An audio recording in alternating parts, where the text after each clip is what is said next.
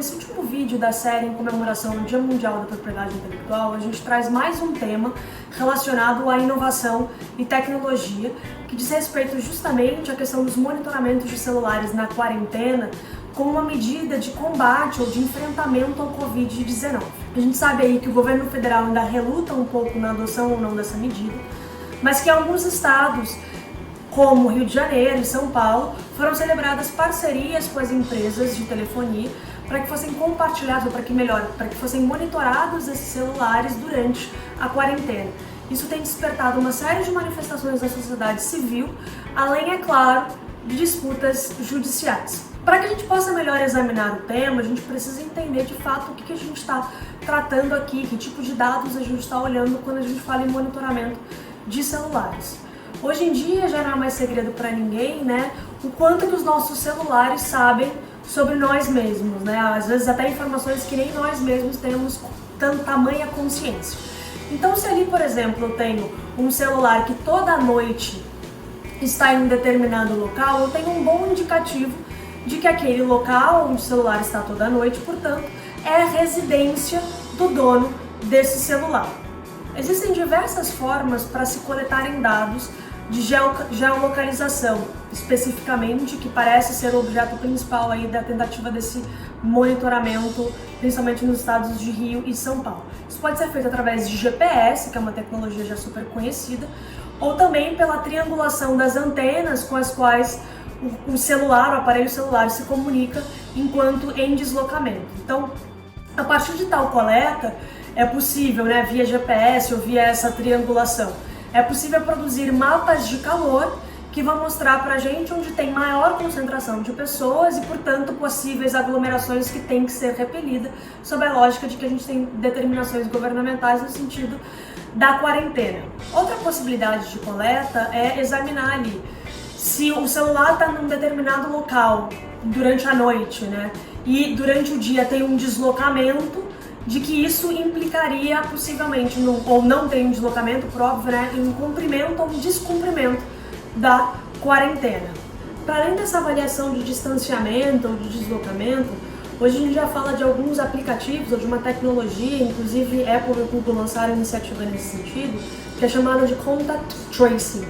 que nada mais vai fazer do que identificar as pessoas que você teve contato e na hora que você testar positivo para o Covid vai notificar essas pessoas para que adotem medidas de isolamento, se esse for o caso. Via de regra, nas hipóteses em que eu estou falando em monitoramento para fins de mapas de calor, índice de cumprimento da quarentena, ou índice de respeito à quarentena, né, dessa questão de deslocamento, a gente está trabalhando com dados agregados e que não identificam diretamente o indivíduo. Mas pelo descritivo aqui reportado, né, do objeto de coleta, não é difícil a gente imaginar que a gente pode sim chegar a individualizar uma determinada pessoa natural e, portanto, essas medidas, principalmente essa medida de você monitorar os celulares para fins de Covid-19, vai ter implicações em matéria de proteção de dados e privacidade. Não por acaso,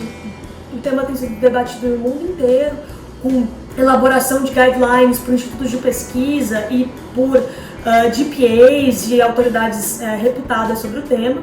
Vale ressaltar nesse sentido, né, o guideline do European Data Protection Board, publicado nesse mês, em que ataca especificamente a questão de uso de ferramentas de monitoramento para o combate ao Covid-19 e pede, né, ou pelo menos recomenda fortemente de que o foco, quando essas ferramentas forem utilizadas, esteja de fato na anonimização, ou no tratamento de forma anonimizada de dados. Além disso, a OCDE também liberou um outro documento, também nesse mês de abril, em que ressalta bastante a relevância de se observar os deveres de transparência, os parâmetros de privacy by design em todas as tecnologias que forem efetivamente implementadas para fim de monitoramento de celulares. Olhando especificamente para o Brasil, se a gente conseguir enquadrar a operação como tratamento de dados anonimizados, né, ou agregados, ou seja, aquele dado que não está identificando alguém, entende-se que esse uso estaria permitido ali pelo artigo 72, parágrafo 2º da Lei Geral de Telecomunicações. Se o objeto, porém, for tratamento de dados pessoais, a LGPD, embora não esteja em vigor, ela oferece algumas bases legitimadoras desse tratamento que seria pretendido para fins de enfrentamento ao Covid-19. Então ali a gente pode falar no tratamento com base na tutela da saúde, a proteção à vida e a necessidade de compartilhamento de dados pessoais, por exemplo, para execução de políticas públicas. A própria lei da quarentena também prescreve ali no artigo 6º a possibilidade ou o dever de compartilhamento de dados para fins de evitar a propagação da doença. O caminho oferecido e chancelado pela LGPD, obviamente, é uma carta em branco. O porquê e o como tratar os dados pessoais para fins de enfrentamento da pandemia, ainda que via monitoramento de celulares, ele precisa estar bem explicitado, porque há uma série de deveres e obrigações prescritos na LGPD, como finalidade, o dever de descarte desses dados e por aí vai, que tem que ser compulsoriamente observados pelo agente público, inclusive para a empresa que esteja compartilhando esses dados pessoais. Aqui é importante lembrar a exortação de vários especialistas no sentido de que, uma vez que você aparelha um estado de vigilância, é muito difícil você voltar ou regredir desse estado de vigilância. A gente tem que tomar muito cuidado para essa vigilância não virar o nosso novo normal. Então, para fins de avaliação da adequação de modelos de monitoramento de celulares durante a pandemia de Covid-19, a gente precisa ter muito claro, insisto, no como serão feitas essas parcerias, como esses dados serão tratados e de forma absolutamente transparente. E principalmente das empresas e do governo, de accountability com relação àquilo que vai ser feito com esses dados pessoais que estão sendo coletados.